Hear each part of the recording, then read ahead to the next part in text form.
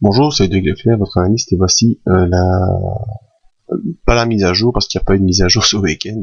J'étais absent et je viens de rentrer. Je fais un petit briefing rapidos pour les matières premières, pour bien commencer la semaine et voir ce qui s'est passé durant la semaine qui vient de se terminer. Alors on va commencer par le pétrole. Eh bien le pétrole suit gentiment toujours son canal haussier que je vous avais déjà indiqué, avec ici encore une fois une phase d'accélération qui se présente. On a travaillé le bas du canal, on a même sorti mercredi pour y revenir, jeudi journée d'hésitation, et vendredi bien on finit par accélérer pour venir au contact de la M100.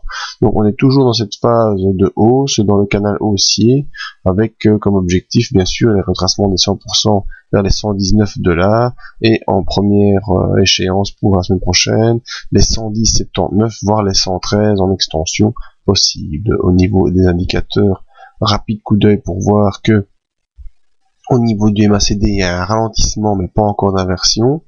Au niveau du RSI, il semble qu'on arrive à accélérer un peu dans la zone d'accélération au-dessus des 60, et les volumes redeviennent légèrement encourageants et un peu attentistes sur cette semaine, mais les volumes redeviennent encourageants de manière générale sur le pétrole. Donc plutôt haussier sur le pétrole pour la semaine prochaine, avec premier objectif 110,79, deuxième 113,10. Donc c'est pour la semaine du 6 août.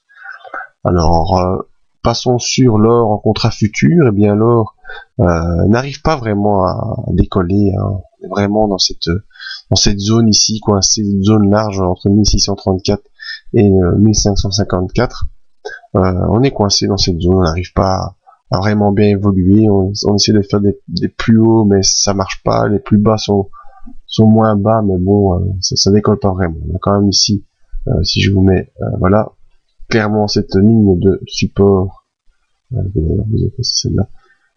Cette ligne de support pour l'instant court terme qui permet au cours de rebondir. Encore en rallye on a rebondi et on est plutôt maintenant coincé par la M100 avec le premier échec ici du 27 juillet. On n'a pas réussi à passer au-dessus de la M100. Donc on verra si la semaine prochaine le cours peut revenir sauter la M100, ce sera un bon signal. Alors les indications vous voyez sont plus d'actualité, elles datent d'une précédente analyse, je vais vite les effacer. Voilà, paf.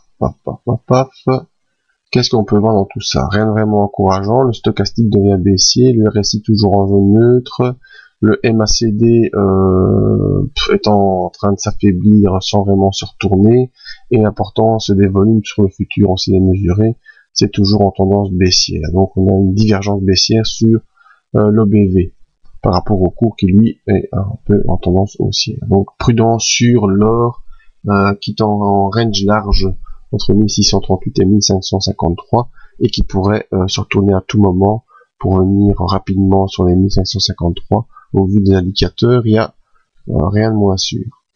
Alors pour l'argent, ça devrait plus ou moins être la même chose. Vous voyez quasiment le même graphique, hein.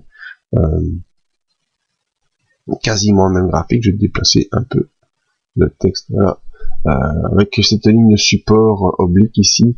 Et vous voyez les moyennes mobiles qui commencent quand même à s'aplatir un peu, parce que le cours est en train de latéraliser, donc le cours s'aplatit un peu, et on reste toujours dans cette tendance peu claire, où on est oblique ici, on est entre, si je dois tracer une ligne, vraiment en train de travailler cette zone ici, vous voyez, on a eu un contact encore ici, donc la zone des 28,30 on va dire, avec la zone ici des 26,83 en court terme. Ce canal est travaillé de manière latérale, avec un peu au-dessus, un peu en bas, un peu au-dessus, on revient un peu en bas, on repart.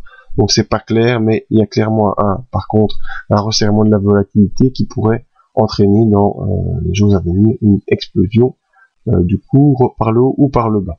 Voyons les indicateurs, qu'est-ce qu'ils nous disent? Eh bien, très important, l'OBV toujours baissier, donc il y a plutôt une tendance vendeuse qui se fait sur les volumes de l'argent, donc plutôt dans une accélération baissière qui pourrait se produire, mais comme c'est le graphique qui a raison, on attendra d'avoir un signal graphique très clair, et on suivra ça dans les briefings tous les matins.